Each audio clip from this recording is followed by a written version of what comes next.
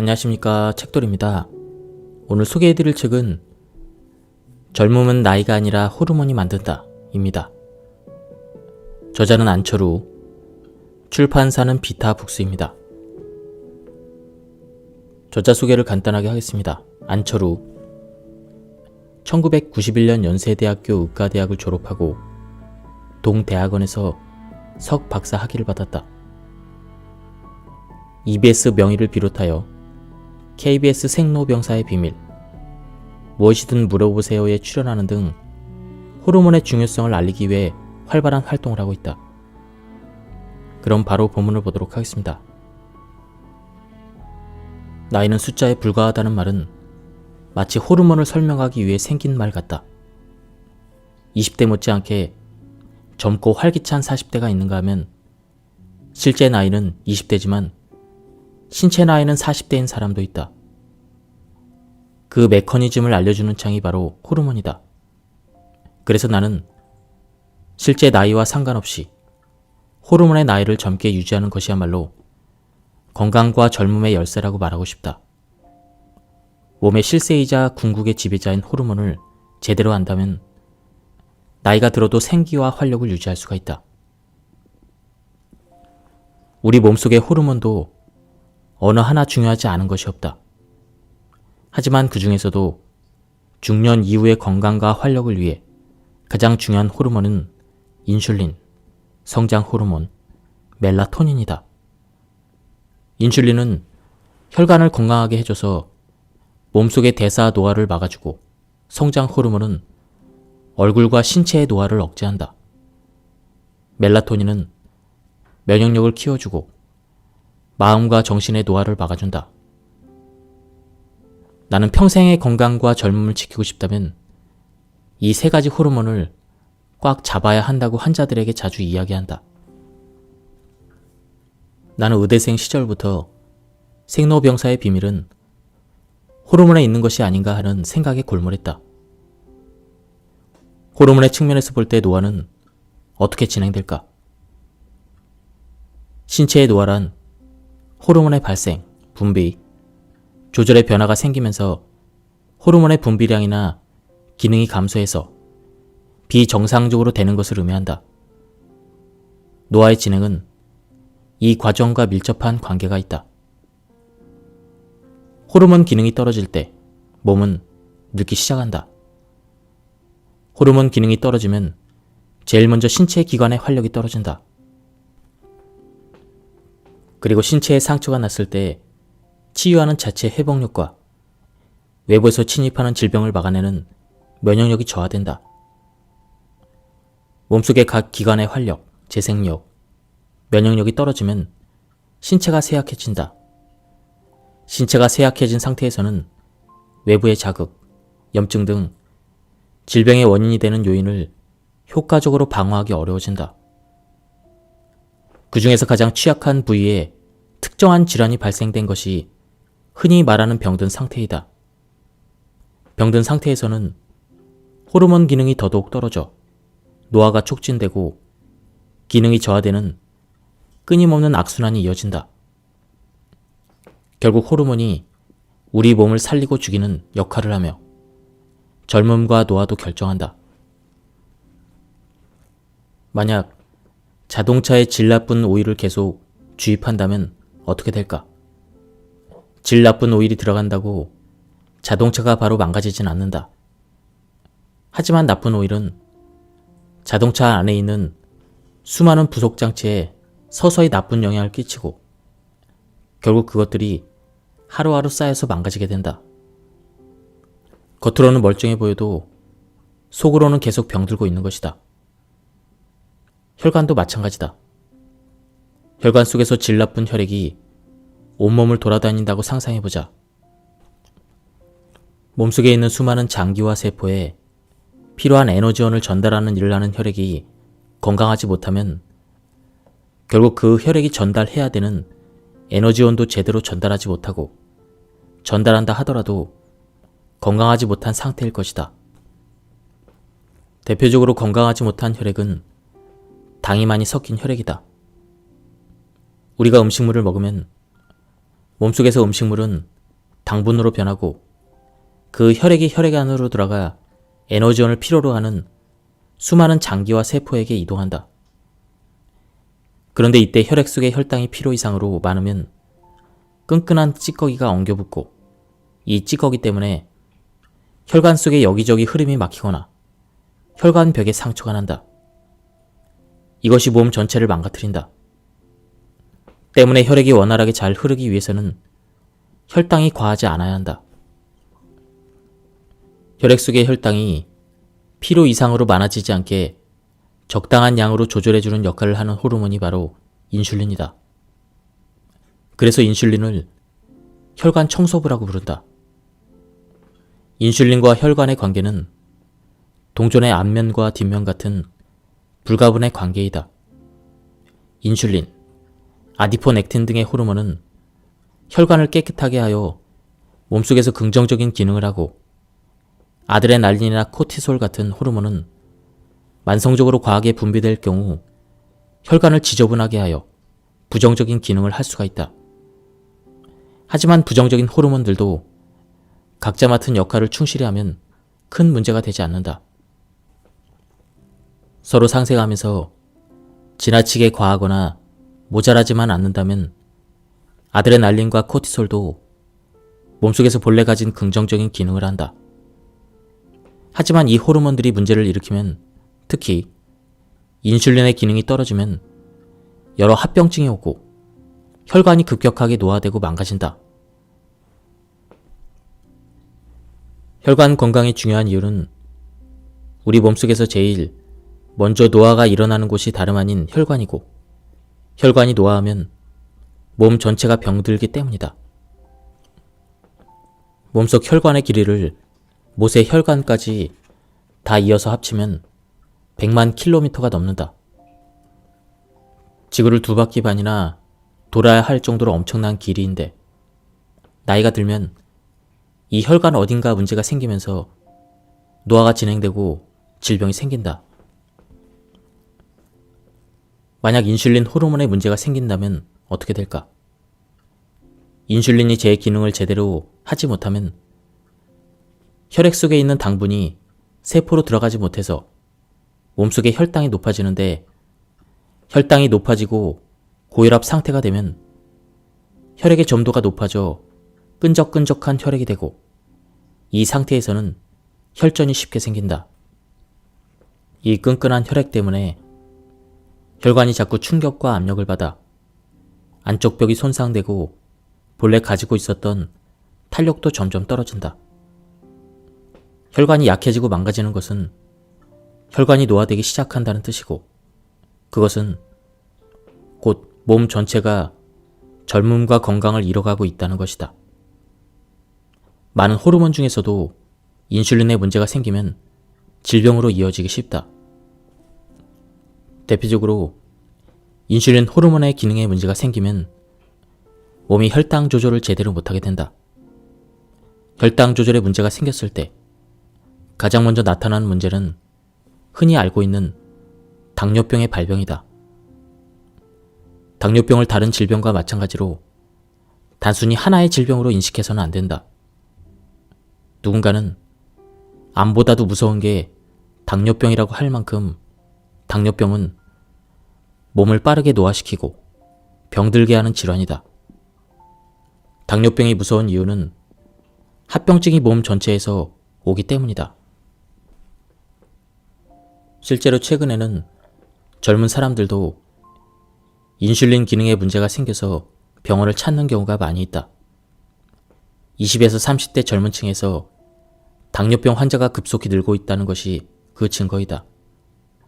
젊은 사람들은 젊은 사람대로 너무 일찍부터 혈관 노화가 시작되고, 나이 든 사람들은 나이 든 사람대로 노화가 앞당겨지고 있는 셈이다. 의학은 점점 발달하고 있는데 왜 이런 것일까? 이러한 현상이 일어나는 가장 큰 원인으로는 잘못된 식습관이 있다. 소과된 고열량, 고지방 식단, 불규칙적인 식사 습관, 폭식이나 과식, 밀가루 음식처럼 당지수가 높은 음식을 지나치게 섭취하는 것 등이다. 운동 부족과 과체중, 비만도 주된 원인인데 운동을 규칙적으로 하지 않아 근육량이 부족해지면 인슐린 저항성이 생기기 쉬운 몸이 되기 때문이다. 생활 속에서 스트레스를 많이 받는 것도 중요한 이유가 된다. 우리가 갑자기 큰 스트레스를 받으면 부신에서 코티솔 호르몬이 분비된다. 코티솔은 몸이 외부에서 받은 스트레스에 맞서 싸울 수 있도록 에너지를 만드는 역할을 하는데 인슐린과는 반대되는 작용을 하기 때문에 이 호르몬이 지속적으로 과하게 분비되면 인슐린의 기능을 방해하는 결과를 낳는다. 그래서 스트레스가 오래 지속되면 인슐린이 제 기능을 하지 못하게 되어 혈당 조절을 제대로 할 수 없게 되는 것이다. 그럼 인슐린을 어떻게 관리해야 할까? 혈당 문제를 일으키는 인슐린 저항성의 가장 큰 원인은 운동 부족, 고칼로리 음식 섭취, 비만, 흡연 등 생활 습관에 있다. 때문에 자신의 몸에 맞는 치료제를 처방받고 유지하는 것뿐 아니라 식습관 관리와 운동법을 지키는 것이 중요하다. 나는 당뇨병으로 진단된 환자들에게 초기 치료를 위해 식이 조절로 혈당을 조절해야 한다고 가장 먼저 강조한다. 이와 함께 체중을 2에서 3% 정도 줄이라고 권유한다. 인슐린의 반응성이 좋아지게 만들어 혈당을 효과적으로 조절하기 위해서는 제일 먼저 체지방을 관리하는 습관을 들이는 것이 관건이다. 체중을 조금만 줄여도 혈당을 낮추는 데 큰 도움이 되며 특히 초기 환자는 합병증 예방에도 큰 역할을 하기 때문이다. 체지방은 심지어 마른 사람들에게도 문제가 된다. 몸이 날씬하건 뚱뚱하건 체지방량이 많다는 것은 혈당이 높다는 것이다. 혈당이 높으면 특히 장기를 둘러싼 내장지방이 많이 쌓였을 수 있으므로 건강에 좋지 않다. 내장지방이 쌓이면 몸이 자체적으로 내장지방을 분해하려는 일을 하는데 이때 내장지방이 분해되면서 생기는 유리지방산이 혈관으로 투입되면서 인슐린의 기능을 방해하는 인슐린 저항성이 생겨 혈당이 올라가고 그러면서 다시 내장지방이 쌓이는 악순환이 이어진다. 그렇다면 체지방을 줄이기 위해서 어떤 습관을 지녀야 할까? 일단 식사량 자체를 일정하게 유지하고 하루 3끼 식사 시간도 일정한 간격으로 지키는 것이 중요하다. 폭식을 하거나 끼니를 거르는 등 식사량과 간격이 갑자기 늘었다 줄었다 하면 인슐린 분비를 규칙적으로 조절하기 어렵다. 식단을 구성할 때는 개인별 상황에 따라 조금씩 달라질 수 있겠지만 일반적으로 탄수화물 50%, 단백질 30%, 지방 20%의 비율로 이루어진 식단을 정량, 골고루, 규칙적으로 섭취해야 한다. 식사 후에 디저트나 간식을 먹는 사람들이 많은데 당 지수가 높은 음식을 자주 섭취하면 인슐린 저항성을 유발하므로 자제해야 한다. 성장 호르몬은 젊음을 유지할 수 있게 해주는 청춘 호르몬이자 회춘 호르몬으로 불린다. 태어나서 죽기 전까지 분비되는데 관리를 제대로 하지 못하여 성장 호르몬이 결핍되면 일상생활에서 활력이 부족하고 늘 처져 보이고 실제 나이보다 더 나이 들어 보인다. 또 성장 호르몬은 몸속에서 단백질 합성을 촉진하기 때문에 부족하면 뼈와 인대가 약해져서 관절 질환이 생기기 쉽고 머리카락이 많이 빠져서 탈모가 오거나 흰머리가 많아지며 손발톱이 얇아지고 잘 부러지거나 상한다. 또 성장 호르몬은 단백질 종류인 콜라겐 합성에도 영향을 끼치므로 부족해지면 피부 탄력이 줄어서 주름이 많이 생긴다.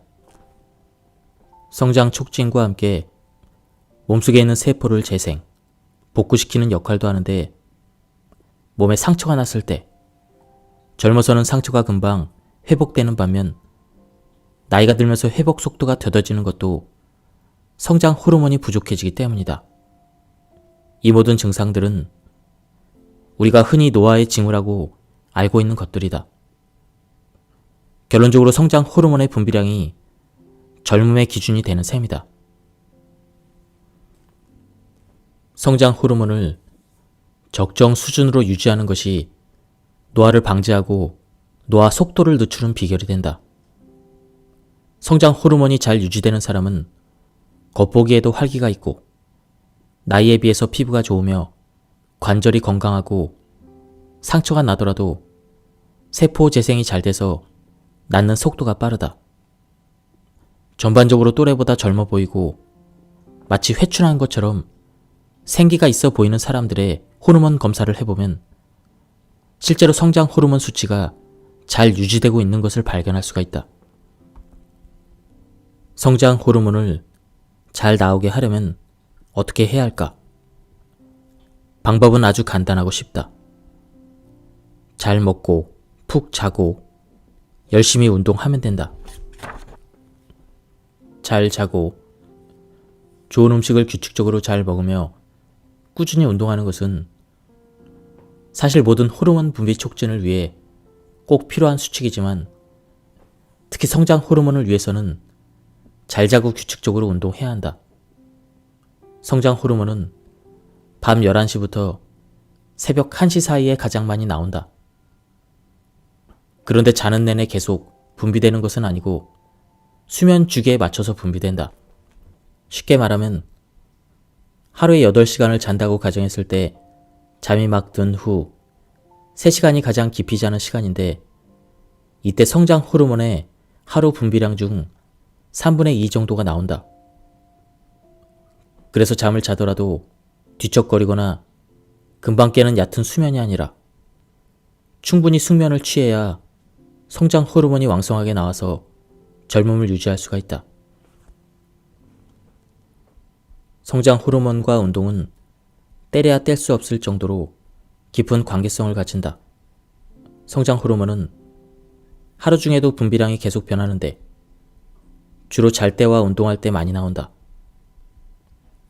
밤에는 깊이 잘 때 많이 분비되고 낮에는 근육을 쓰는 운동을 할 때 많이 분비된다.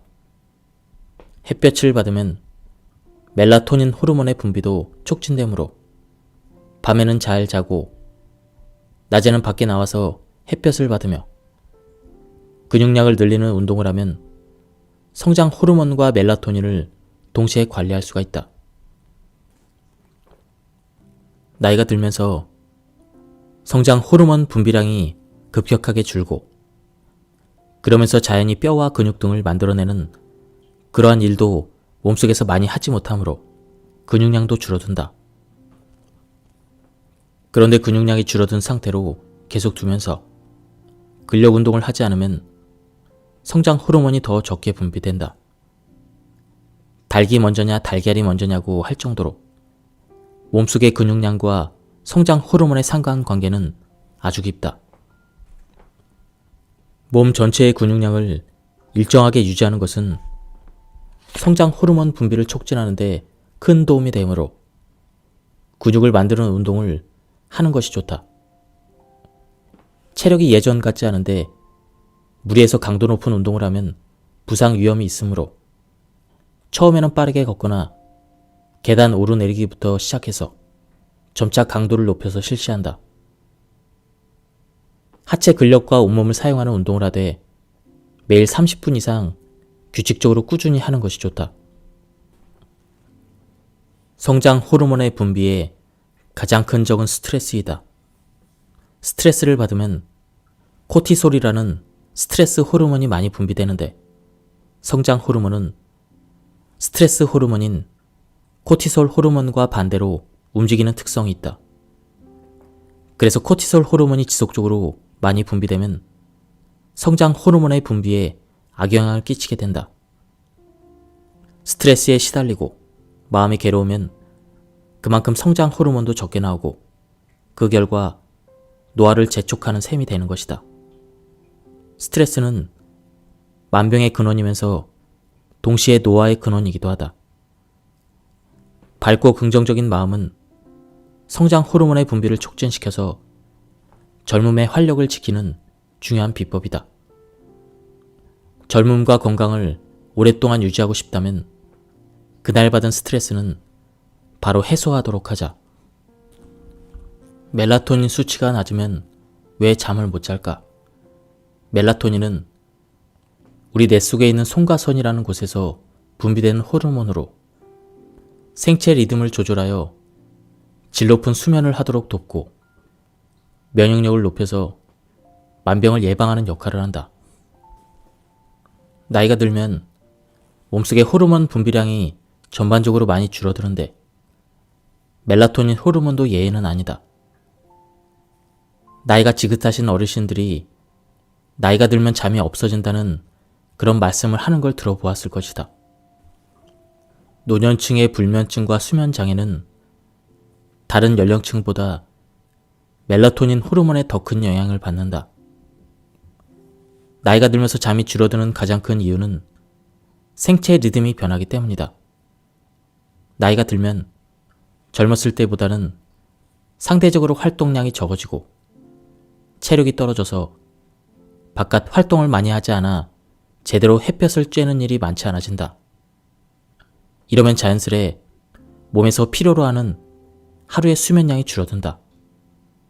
수면량이 줄어드니 멜라토닌 호르몬은 적게 분비되고 짧은 시간 자는 잠도 제대로 푹 자지 못하니 또 멜라토닌 호르몬의 분비가 제대로 이루어지지 않는다. 결국 이러한 악순환이 이어지면서 멜라토닌도 수면량도 점점 줄어드는 것이다.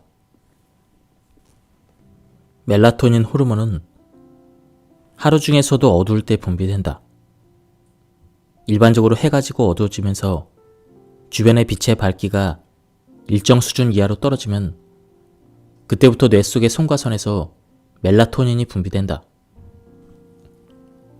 그런데 이 부분에서 문제가 생기면 멜라토닌이 제대로 분비되지 못하고 결국 잠도 제대로 못 자게 된다. 이처럼 멜라토닌 분비에 문제가 생겼을 때 제일 먼저 나타나는 현상이 바로 잠을 잘 못 자는 것이다. 이 때문에 숙면을 취하지 못하기 때문에 여기서부터 만병이 시작된다. 환한 불빛 아래에서 자면 뇌 속의 송가선에서 멜라토닌 분비가 정상적으로 되지 않아서 잠을 설치고 그러면 면역 기능이 떨어져 외부 스트레스에 쉽게 노출되고 무너진다. 또 성장 호르몬처럼 수면 중에 분비되는 몸속의 많은 호르몬들이 제대로 분비되지 않아서 결국 호르몬의 불균형을 일으키고 노화가 급속도로 진행되며 만병이 찾아온다. 멜라토닌은 인간의 수면을 지배하는 밤의 호르몬이자 만병을 예방해주는 면역 호르몬이다. 개운하게 잘 자려면 멜라토닌이 제대로 분비되어야 하고 그렇게 하려면 불을 끄고 깜깜한 환경을 만들어주는 게 중요하다. 다양한 수면 장애를 겪고 있는 현대인들이 밤에 일을 하거나 활동하는 것도 문제지만 가장 큰 문제는 불빛이다. 그 중에서도 특히 TV, 컴퓨터, 스마트폰 등 전자기기 화면에서 나오는 블루라이트는 생체 시계를 교란시키고 멜라토닌의 정상적인 분비를 방해한다. 미인은 잠꾸러기라는 말을 한 번쯤은 들어봤을 것이다. 단 하루라도 잠을 못 자면 다음날 눈이 퀭하고 피부는 푸석푸석해지고 눈 밑에 시커먼 다크서클이 생긴다. 아무리 예쁘고 잘생긴 사람도 피부가 거칠고 눈이 시커멓게 되면 결코 예뻐 보이지 않는다. 멜라토닌 호르몬이 문제없이 왕성하게 분비되어 질 높은 수면을 취하면 기미, 주름, 홍반 등이 옅어지고 얼굴도 생기가 넘쳐서 동안 외모를 가질 수가 있다. 만약 내 피부가 어느 순간부터 거칠어지고 다크서클이 짙어졌다면 멜라토닌 호르몬을 점검해 볼 필요가 있다. 멜라토닌은 비만과도 관련이 있다. 멜라토닌이 잘 분비되면 아이리신이라는 호르몬도 함께 잘 분비되는데, 아이리신은 지방을 태우는 역할을 한다. 몸의 지방 중에는 비만의 원인이 되는 백색 지방과 불필요한 지방을 태우는 이로운 지방인 갈색 지방이 있는데, 아이리신 호르몬은 백색 지방을 갈색 지방으로 바꿔주는 일을 한다. 즉, 멜라토닌이 잘 나와야 아이리신이 나오고, 아이리신이 잘 나와야 몸속에 있는 해로운 지방을 태워 비만을 예방할 수 있는 것이다. 결국 날씬하고 동안 외모를 가진 진짜 젊고 건강한 사람은 겉으로 보이는 치장을 잘하는 사람이 아니라 잠을 잘 자서 멜라토닌이 정상적으로 분비되어 우리 몸이 가지고 있는 본연의 자연스러운 생기와 활력이 넘치는 사람이다. 멜라토닌은 성장 호르몬과도 연관이 있다. 멜라토닌이 왕성하게 분비되는 밤 11시부터 새벽 1시 사이의 시간은 성장 호르몬이 활발하게 분비되는 시간이다. 성장기 아이들은 늦어도 밤 11시 이전에 잠을 자야 키도 크고 건강하게 성장한다. 더불어 성인도 이 시간을 잘 지키면서 자야 멜라토닌과 성장 호르몬이 잘 분비되고 중년기와 노년기를 젊고 건강하게 살 수가 있다. 또한 멜라토닌은 면역력을 키워 감염과 무서운 암까지도 막아준다. 최근 연구에 의하면 멜라토닌이 면역세포를 활성화시키고 암을 예방하는 기능을 하는 것으로 알려졌다. 면역세포인 T세포 생산을 돕고 암세포의 증식을 늦추거나 암 발생을 예방하는 효과가 있으며 콜레스테롤의 생성도 억제해서 동맥경화를 예방한다. 이처럼 멜라토닌은 몸속과 겉에서 일어나는 모든 노화를 막아주는 데 1등 공신이다. 노화와 젊음의 기준은 사람마다 다를 수 있지만 건강한 신체와 생기 넘치고 어려 보이는 외모를 가진 게 젊음의 기준으로 본다면 멜라토닌 호르몬만큼 젊음을 유지시켜주고 되돌려주는 호르몬은 없을 것이다. 그렇다면 멜라토닌 호르몬을 어떻게 관리해야 할까? 아주 간단하다. 멜라토닌은 낮에 햇볕을 30분 이상만 쬐어도 정상적인 분비를 촉진할 수가 있다.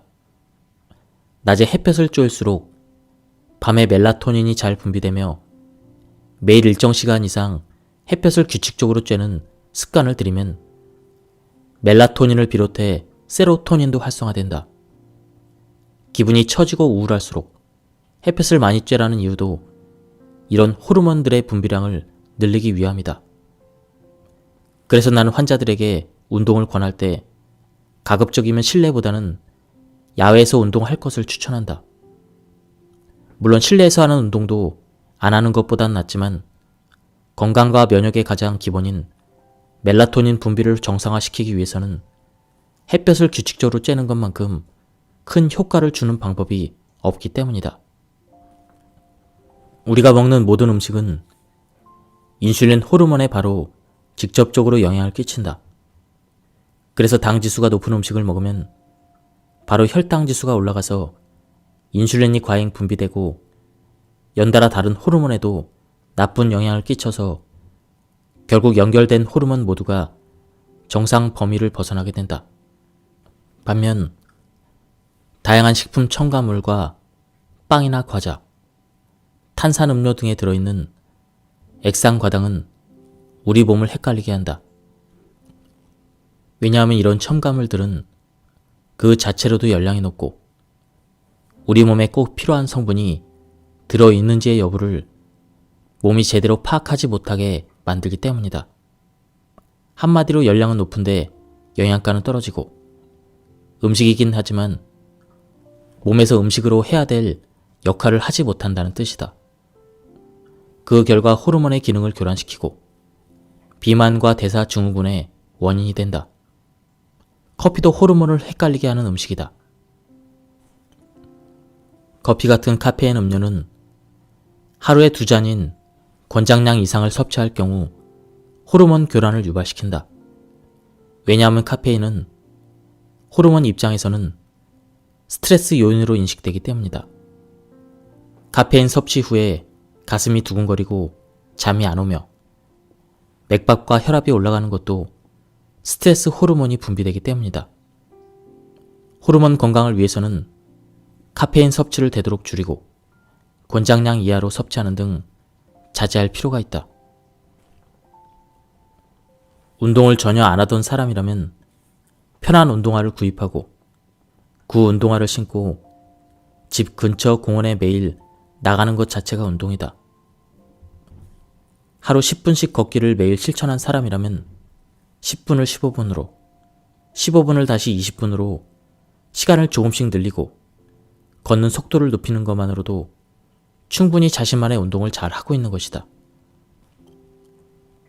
매일 걷는 습관을 들인 다음에는 계단 오르기, 자전거 타기, 앉았다 일어서기, 아령 들기 같은 근력 운동을 병행하는 것이 좋다. 특히 하체 근육을 발달시킬 수 있는 운동을 꼭 해야 한다. 20대와 40대의 성장 호르몬 분비량은 2배 가까이 차이가 난다. 나이가 들면 젊었을 때와 활동량이 동일해도 자연스레 근육량이 줄어든다. 그런데 실제로 근육이 필요한 나이는 젊었을 때보다 나이가 들면서부터이다. 근력 운동을 할 때 성장 호르몬이 많이 나오기도 하지만 기본적으로 몸에 근육이 있어야 성장 호르몬의 분비가 정상적으로 이루어진다. 특히 하체 근육이 약해지지 않도록 하는 것이 중요한데 하체 근육에서 분비되는 아이리신이라는 호르몬이 나쁜 지방을 좋은 지방으로 바꿔주어 인슐린 저항성을 줄여주고 대사 증후군을 예방해주기 때문이다. 그래서 모든 대사 증후군을 뱃살과 허벅지의 투쟁이라고 한다. 하체의 근육을 튼튼히 해야 허벅지가 뱃살을 이길 수가 있다. 실제로 10주간 꾸준히 근력 운동을 한 사람의 혈중 아이리신 농도는 운동을 하지 않은 사람들보다 무려 2배나 높은 것으로 밝혀졌다. 예, 지금까지 이 책에 대한 리뷰를 모두 마쳤습니다. 이 책은 3가지 호르몬에 대해서 관리를 잘하면 다시 젊음을 되찾을 수 있다고 말하고 있습니다. 그 3가지 호르몬은 인슐린, 성장 호르몬, 멜라토닌입니다. 그리고 제가 발췌에 요약해서 설명을 드렸기 때문에 많은 부분이 생략되었습니다. 한번 책을 구해서 읽어보실 것을 추천드립니다. 여기서 리뷰를 마치도록 하겠습니다. 감사합니다. 안녕하십니까, 책돌입니다. 오늘 소개해드릴 책은 젊음은 나이가 아니라 호르몬이 만든다 입니다. 저자는 안철우, 출판사는 비타북스입니다. 저자 소개를 간단하게 하겠습니다. 안철우, 1991년 연세대학교 의과대학을 졸업하고 동대학원에서 석박사 학위를 받았다. EBS 명의를 비롯하여 KBS 생로병사의 비밀, 무엇이든 물어보세요에 출연하는 등 호르몬의 중요성을 알리기 위해 활발한 활동을 하고 있다. 그럼 바로 본문을 보도록 하겠습니다. 나이는 숫자에 불과하다는 말은 마치 호르몬을 설명하기 위해 생긴 말 같다. 20대 못지않게 젊고 활기찬 40대가 있는가 하면 실제 나이는 20대지만 신체 나이는 40대인 사람도 있다. 그 메커니즘을 알려주는 창이 바로 호르몬이다. 그래서 나는 실제 나이와 상관없이 호르몬의 나이를 젊게 유지하는 것이야말로 건강과 젊음의 열쇠라고 말하고 싶다. 몸의 실세이자 궁극의 지배자인 호르몬을 제대로 안다면 나이가 들어도 생기와 활력을 유지할 수가 있다. 우리 몸속의 호르몬도 어느 하나 중요하지 않은 것이 없다. 하지만 그 중에서도 중년 이후의 건강과 활력을 위해 가장 중요한 호르몬은 인슐린, 성장 호르몬, 멜라토닌이다. 인슐린은 혈관을 건강하게 해줘서 몸속의 대사 노화를 막아주고 성장 호르몬은 얼굴과 신체의 노화를 억제한다. 멜라토닌은 면역력을 키워주고 마음과 정신의 노화를 막아준다. 나는 평생의 건강과 젊음을 지키고 싶다면 이 세 가지 호르몬을 꽉 잡아야 한다고 환자들에게 자주 이야기한다. 나는 의대생 시절부터 생로병사의 비밀은 호르몬에 있는 것이 아닌가 하는 생각에 골몰했다. 호르몬의 측면에서 볼 때 노화는 어떻게 진행될까? 신체의 노화란 호르몬의 발생, 분비, 조절의 변화가 생기면서 호르몬의 분비량이나 기능이 감소해서 비정상적으로 되는 것을 의미한다. 노화의 진행은 이 과정과 밀접한 관계가 있다. 호르몬 기능이 떨어질 때 몸은 늙기 시작한다. 호르몬 기능이 떨어지면 제일 먼저 신체 기관의 활력이 떨어진다. 그리고 신체에 상처가 났을 때 치유하는 자체 회복력과 외부에서 침입하는 질병을 막아내는 면역력이 저하된다. 몸속의 각 기관의 활력, 재생력, 면역력이 떨어지면 신체가 쇠약해진다. 신체가 쇠약해진 상태에서는 외부의 자극, 염증 등 질병의 원인이 되는 요인을 효과적으로 방어하기 어려워진다. 그 중에서 가장 취약한 부위에 특정한 질환이 발생된 것이 흔히 말하는 병든 상태이다. 병든 상태에서는 호르몬 기능이 더더욱 떨어져 노화가 촉진되고 기능이 저하되는 끊임없는 악순환이 이어진다. 결국 호르몬이 우리 몸을 살리고 죽이는 역할을 하며 젊음과 노화도 결정한다. 만약 자동차에 질 나쁜 오일을 계속 주입한다면 어떻게 될까? 질 나쁜 오일이 들어간다고 자동차가 바로 망가지진 않는다. 하지만 나쁜 오일은 자동차 안에 있는 수많은 부속 장치에 서서히 나쁜 영향을 끼치고 결국 그것들이 하루하루 쌓여서 망가지게 된다. 겉으로는 멀쩡해 보여도 속으로는 계속 병들고 있는 것이다. 혈관도 마찬가지다. 혈관 속에서 질 나쁜 혈액이 온몸을 돌아다닌다고 상상해보자. 몸속에 있는 수많은 장기와 세포에 필요한 에너지원을 전달하는 일을 하는 혈액이 건강하지 못하면 결국 그 혈액이 전달해야 되는 에너지원도 제대로 전달하지 못하고 전달한다 하더라도 건강하지 못한 상태일 것이다. 대표적으로 건강하지 못한 혈액은 당이 많이 섞인 혈액이다. 우리가 음식물을 먹으면 몸속에서 음식물은 당분으로 변하고 그 혈액이 혈액 안으로 들어가 에너지원을 필요로 하는 수많은 장기와 세포에게 이동한다. 그런데 이때 혈액 속의 혈당이 필요 이상으로 많으면 끈끈한 찌꺼기가 엉겨붙고 이 찌꺼기 때문에 혈관 속에 여기저기 흐름이 막히거나 혈관벽에 상처가 난다. 이것이 몸 전체를 망가뜨린다. 때문에 혈액이 원활하게 잘 흐르기 위해서는 혈당이 과하지 않아야 한다. 혈액 속의 혈당이 필요 이상으로 많아지지 않게 적당한 양으로 조절해주는 역할을 하는 호르몬이 바로 인슐린이다. 그래서 인슐린을 혈관 청소부라고 부른다. 인슐린과 혈관의 관계는 동전의 앞면과 뒷면 같은 불가분의 관계이다. 인슐린, 아디포넥틴 등의 호르몬은 혈관을 깨끗하게 하여 몸속에서 긍정적인 기능을 하고 아드레날린이나 코티솔 같은 호르몬은 만성적으로 과하게 분비될 경우 혈관을 지저분하게 하여 부정적인 기능을 할 수가 있다. 하지만 부정적인 호르몬들도 각자 맡은 역할을 충실히 하면 큰 문제가 되지 않는다. 서로 상생하면서 지나치게 과하거나 모자라지만 않는다면 아드레날린과 코티솔도 몸속에서 본래 가진 긍정적인 기능을 한다.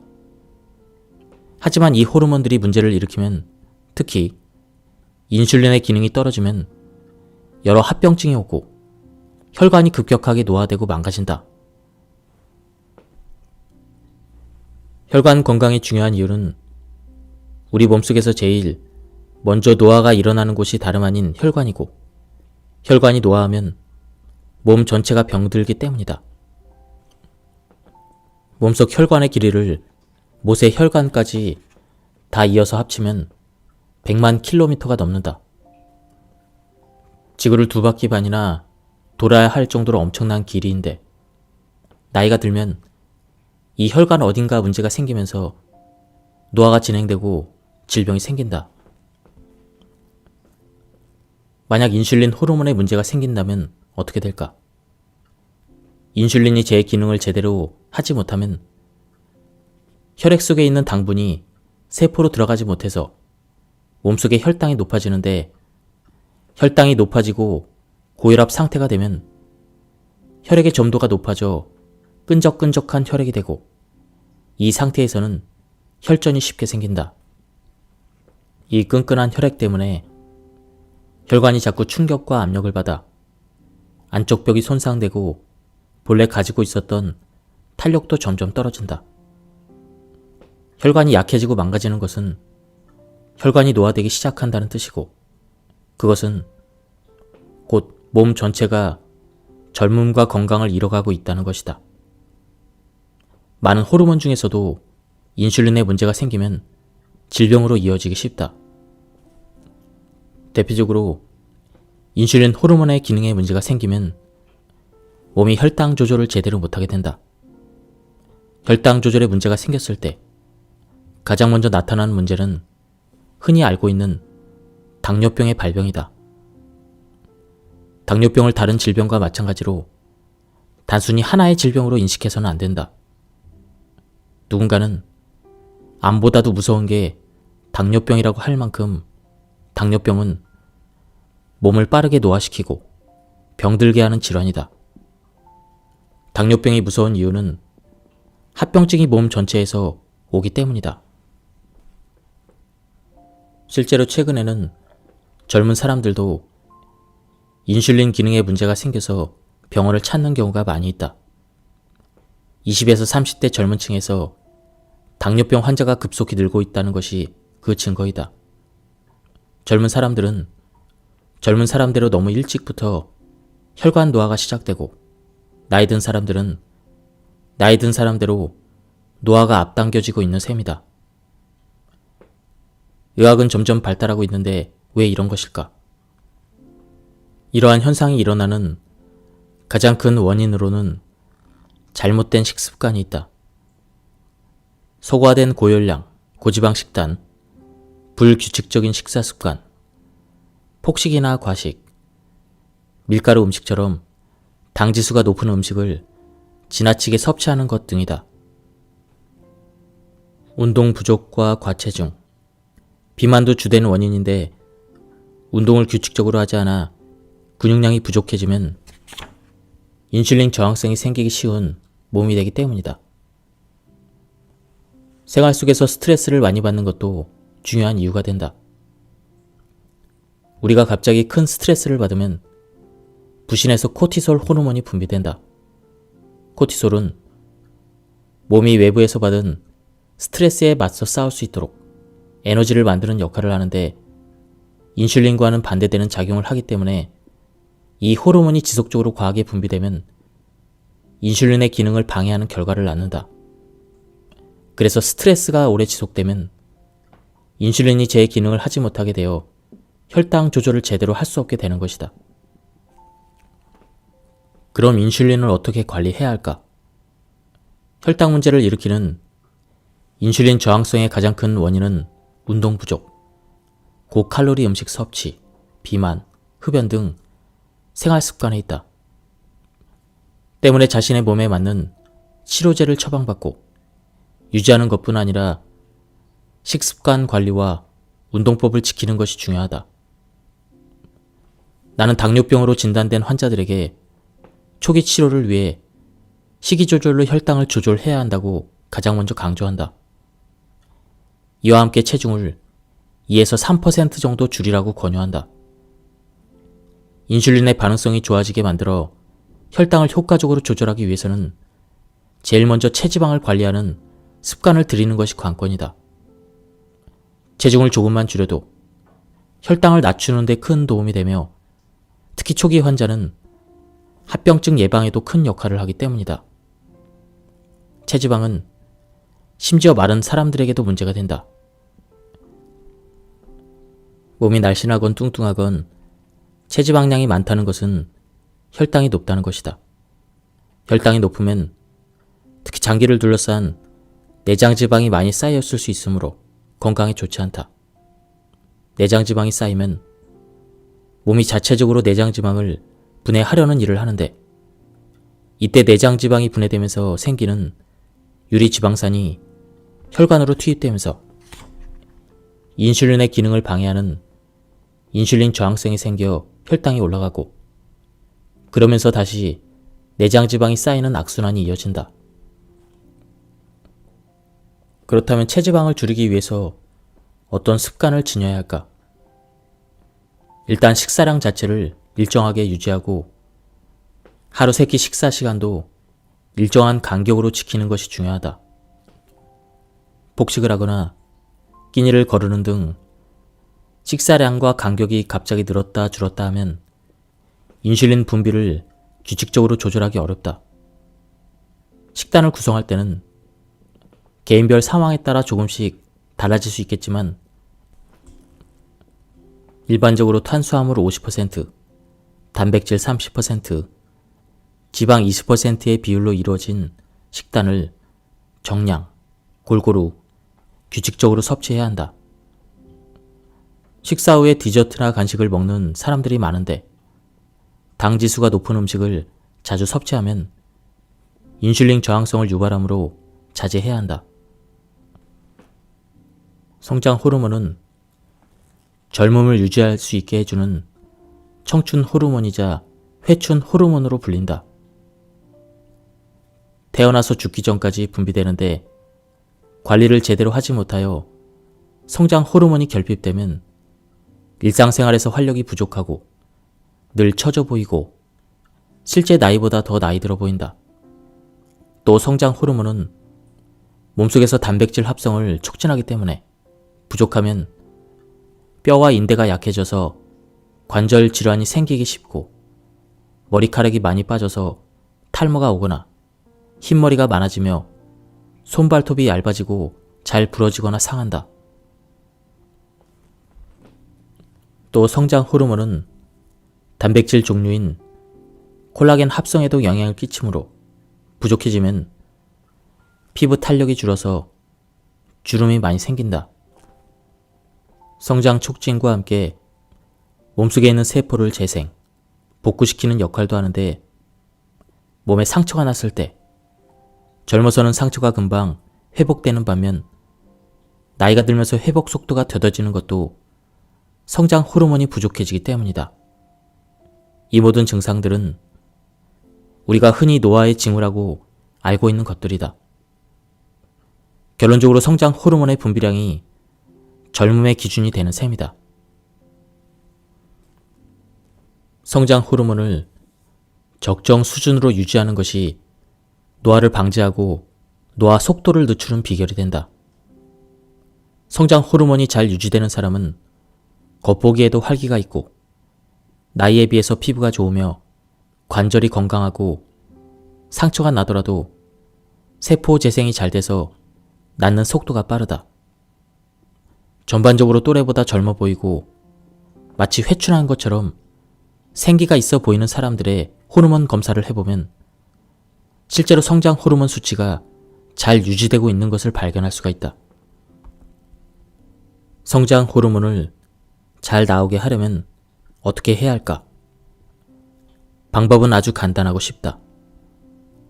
잘 먹고 푹 자고 열심히 운동하면 된다. 잘 자고 좋은 음식을 규칙적으로 잘 먹으며 꾸준히 운동하는 것은 사실 모든 호르몬 분비 촉진을 위해 꼭 필요한 수칙이지만 특히 성장 호르몬을 위해서는 잘 자고 규칙적으로 운동해야 한다. 성장 호르몬은 밤 11시부터 새벽 1시 사이에 가장 많이 나온다. 그런데 자는 내내 계속 분비되는 것은 아니고 수면 주기에 맞춰서 분비된다. 쉽게 말하면 하루에 8시간을 잔다고 가정했을 때 잠이 막 든 후 3시간이 가장 깊이 자는 시간인데 이때 성장 호르몬의 하루 분비량 중 3분의 2 정도가 나온다. 그래서 잠을 자더라도 뒤척거리거나 금방 깨는 얕은 수면이 아니라 충분히 숙면을 취해야 성장 호르몬이 왕성하게 나와서 젊음을 유지할 수가 있다. 성장 호르몬과 운동은 떼려야 뗄 수 없을 정도로 깊은 관계성을 가진다. 성장 호르몬은 하루 중에도 분비량이 계속 변하는데 주로 잘 때와 운동할 때 많이 나온다. 밤에는 깊이 잘 때 많이 분비되고 낮에는 근육을 쓰는 운동을 할 때 많이 분비된다. 햇볕을 받으면 멜라토닌 호르몬의 분비도 촉진되므로 밤에는 잘 자고 낮에는 밖에 나와서 햇볕을 받으며 근육량을 늘리는 운동을 하면 성장 호르몬과 멜라토닌을 동시에 관리할 수가 있다. 나이가 들면서 성장 호르몬 분비량이 급격하게 줄고 그러면서 자연히 뼈와 근육 등을 만들어내는 그러한 일도 몸속에서 많이 하지 못하므로 근육량도 줄어든다. 그런데 근육량이 줄어든 상태로 계속 두면서 근력 운동을 하지 않으면 성장 호르몬이 더 적게 분비된다.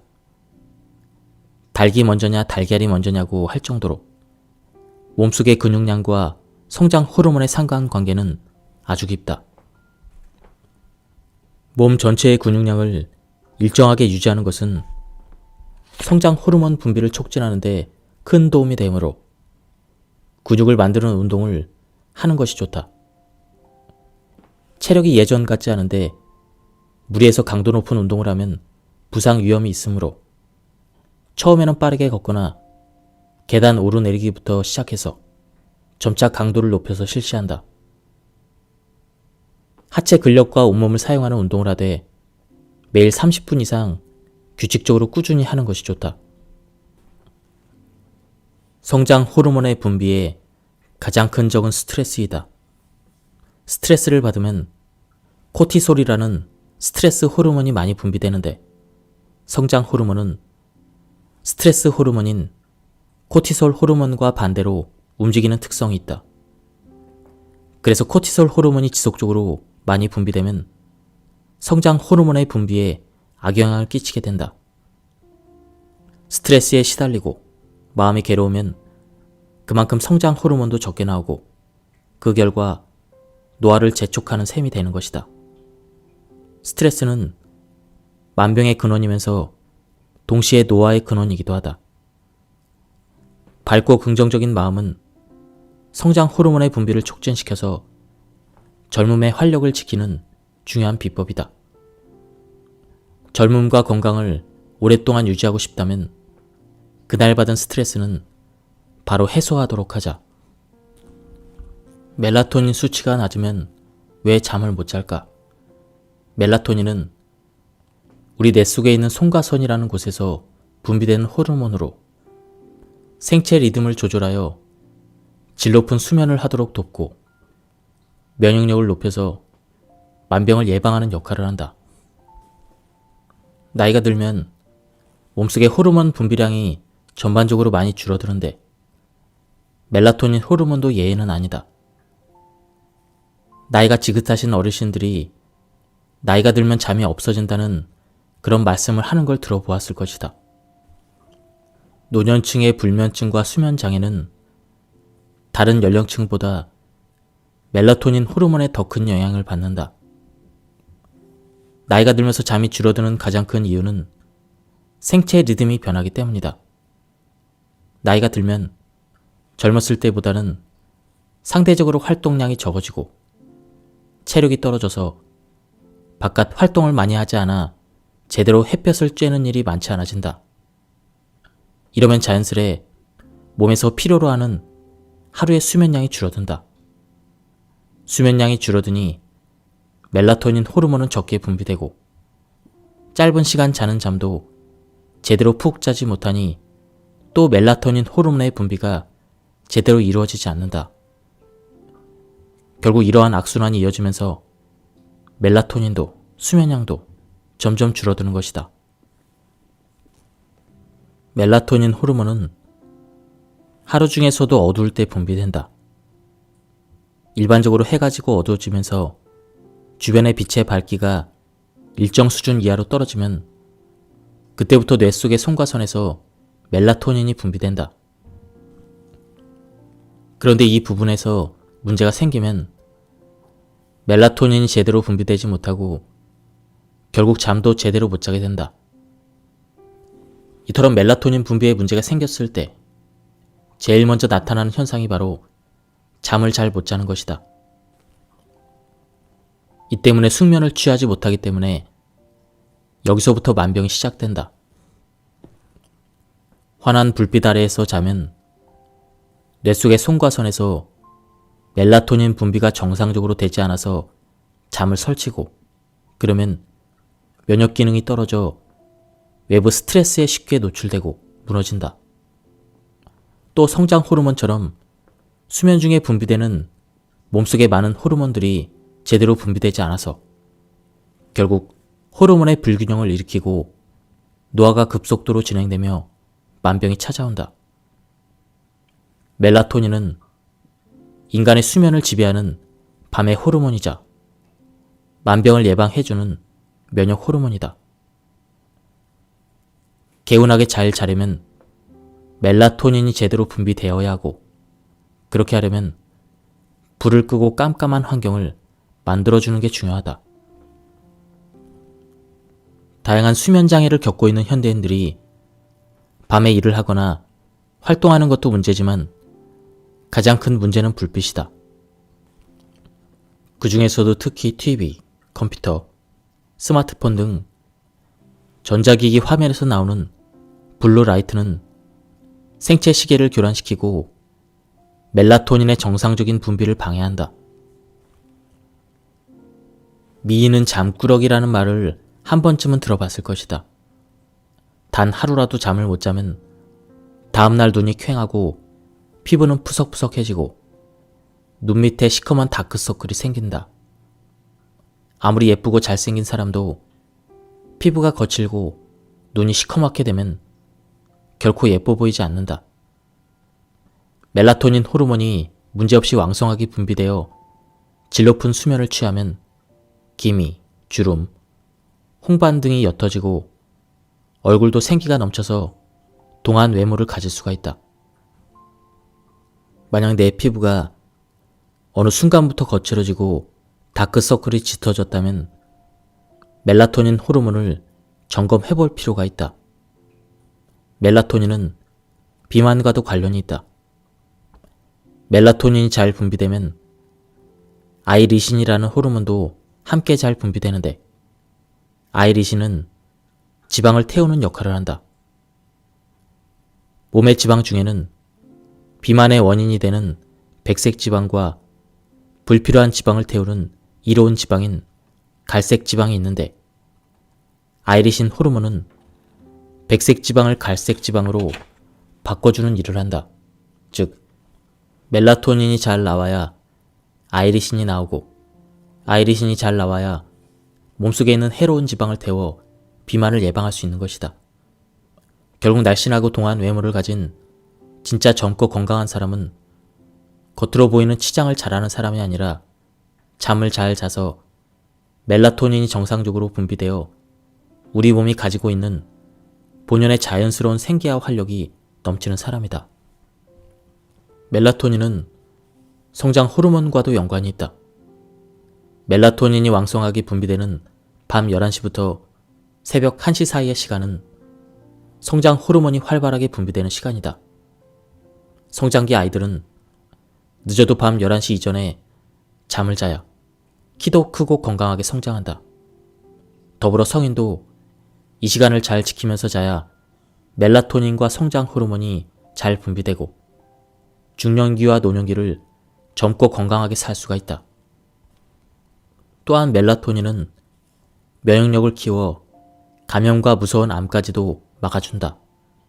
최근 연구에 의하면 멜라토닌이 면역 세포를 활성화시키고 암을 예방하는 기능을 하는 것으로 알려졌다. 면역 세포인 T세포 생산을 돕고 암 세포의 증식을 늦추거나 암 발생을 예방하는 효과가 있으며 콜레스테롤의 생성도 억제해서 동맥경화를 예방한다.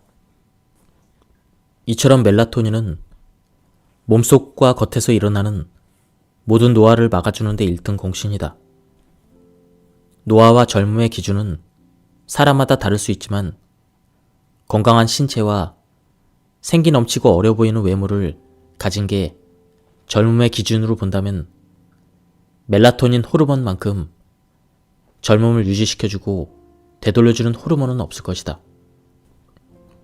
그렇다면 멜라토닌 호르몬을 어떻게 관리해야 할까? 아주 간단하다.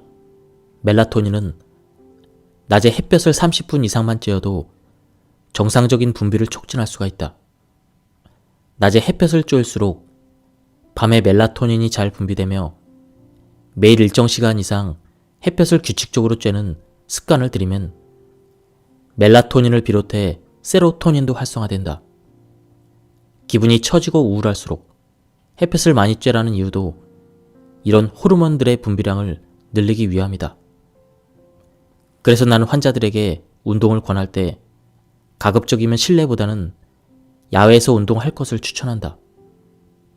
물론 실내에서 하는 운동도 안 하는 것보단 낫지만 건강과 면역의 가장 기본인 멜라토닌 분비를 정상화시키기 위해서는 햇볕을 규칙적으로 쬐는 것만큼 큰 효과를 주는 방법이 없기 때문이다. 우리가 먹는 모든 음식은 인슐린 호르몬에 바로 직접적으로 영향을 끼친다. 그래서 당 지수가 높은 음식을 먹으면 바로 혈당 지수가 올라가서 인슐린이 과잉 분비되고 연달아 다른 호르몬에도 나쁜 영향을 끼쳐서 결국 연결된 호르몬 모두가 정상 범위를 벗어나게 된다. 반면 다양한 식품 첨가물과 빵이나 과자, 탄산음료 등에 들어있는 액상과당은 우리 몸을 헷갈리게 한다. 왜냐하면 이런 첨가물들은 그 자체로도 열량이 높고 우리 몸에 꼭 필요한 성분이 들어있는지의 여부를 몸이 제대로 파악하지 못하게 만들기 때문이다. 한마디로 열량은 높은데 영양가는 떨어지고 음식이긴 하지만 몸에서 음식으로 해야 될 역할을 하지 못한다는 뜻이다. 그 결과 호르몬의 기능을 교란시키고 비만과 대사증후군의 원인이 된다. 커피도 호르몬을 헷갈리게 하는 음식이다. 커피 같은 카페인 음료는 하루에 2잔인 권장량 이상을 섭취할 경우 호르몬 교란을 유발시킨다. 왜냐하면 카페인은 호르몬 입장에서는 스트레스 요인으로 인식되기 때문이다. 카페인 섭취 후에 가슴이 두근거리고 잠이 안 오며 맥박과 혈압이 올라가는 것도 스트레스 호르몬이 분비되기 때문이다. 호르몬 건강을 위해서는 카페인 섭취를 되도록 줄이고 권장량 이하로 섭취하는 등 자제할 필요가 있다. 운동을 전혀 안 하던 사람이라면 편한 운동화를 구입하고 그 운동화를 신고 집 근처 공원에 매일 나가는 것 자체가 운동이다. 하루 10분씩 걷기를 매일 실천한 사람이라면 10분을 15분으로, 15분을 다시 20분으로 시간을 조금씩 늘리고 걷는 속도를 높이는 것만으로도 충분히 자신만의 운동을 잘 하고 있는 것이다. 매일 걷는 습관을 들인 다음에는 계단 오르기, 자전거 타기, 앉았다 일어서기, 아령 들기 같은 근력 운동을 병행하는 것이 좋다. 특히 하체 근육을 발달시킬 수 있는 운동을 꼭 해야 한다. 20대와 40대의 성장 호르몬 분비량은 2배 가까이 차이가 난다. 나이가 들면 젊었을 때와 활동량이 동일해도 자연스레 근육량이 줄어든다. 그런데 실제로 근육이 필요한 나이는 젊었을 때보다 나이가 들면서부터이다. 근력 운동을 할 때 성장 호르몬이 많이 나오기도 하지만 기본적으로 몸에 근육이 있어야 성장 호르몬의 분비가 정상적으로 이루어진다. 특히 하체의 근육이 약해지지 않도록 하는 것이 중요한데, 하체 근육에서 분비되는 아이리신이라는 호르몬이 나쁜 지방을 좋은 지방으로 바꿔주어 인슐린 저항성을 줄여주고 대사 증후군을 예방해주기 때문이다. 그래서 모든 대사 증후군을 뱃살과 허벅지의 투쟁이라고 한다. 하체의 근육을 튼튼히 해야 허벅지가 뱃살을 이길 수가 있다. 실제로 10주간 꾸준히 근력 운동을 한 사람의 혈중 아이리신 농도는 운동을 하지 않은 사람들보다 무려 2배나 높은 것으로 밝혀졌다. 예, 지금까지 이 책에 대한 리뷰를 모두 마쳤습니다. 이 책은 3가지 호르몬에 대해서 관리를 잘하면 다시 젊음을 되찾을 수 있다고 말하고 있습니다. 그 3가지 호르몬은 인슐린, 성장 호르몬, 멜라토닌입니다. 그리고 제가 발췌에 요약해서 설명을 드렸기 때문에 많은 부분이 생략되었습니다. 한번 책을 구해서 읽어보실 것을 추천드립니다. 여기서 리뷰를 마치도록 하겠습니다. 감사합니다.